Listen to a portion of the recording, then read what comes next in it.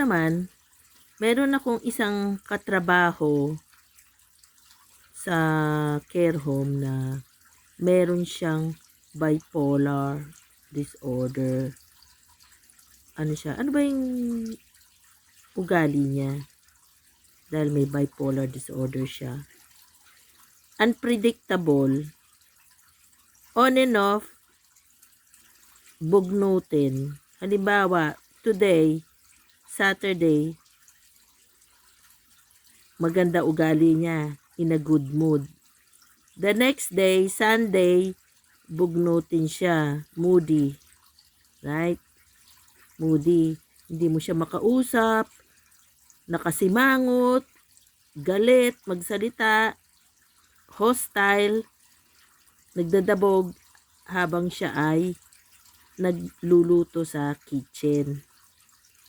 Tapos, pagkausap mo siya, hindi mo siya makausap ng matino. Bugnutin nga, moody. So, yun.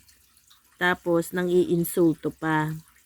At minsan, pag hindi niya gusto yung kaharap niya o katrabaho niya, minsan, hostile siya. Yung hindi maganda ang pakitungo niya. Pabalag siya sumagot. At saka, ano siya, yung suspicious siya.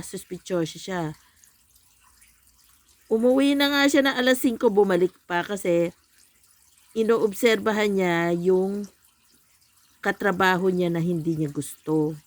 Kasi nga, hindi nga niya type. So, ganun ang ginagawa niya. Right? Pag nasa good mood naman siya the next day, oh, ang saya-saya niya. Sabi niya, haya, mag-ano yan. Babatiin ka niya, haya, you're right, ganon. Tapos kakanta-kanta yan. Kakanta-kanta siya ng paulit-ulit, repetitive. Yung paulit-ulit yung kakantahin niya yung Humpty Dumpty, hang on a wall, Humpty Dumpty, ganon. Yung mga children's rhymes, kinakanta niya. Paulit-ulit yun, paulit-ulit kinakanta niya yun.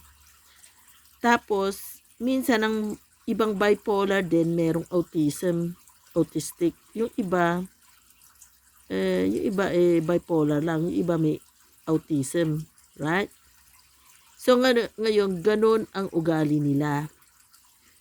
Yung unpredictable sila, on and off,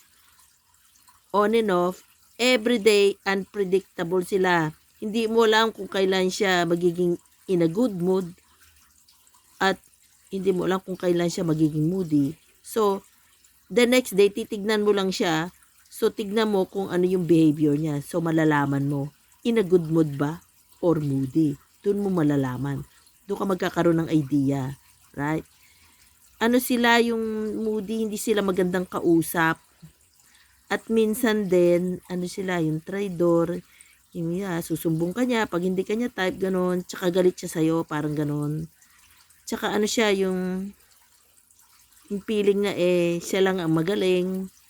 So, pag merong nakikialam, hindi niya gusto, nakasimangot na siya, ganon, o gumagawa siya ng way, para hindi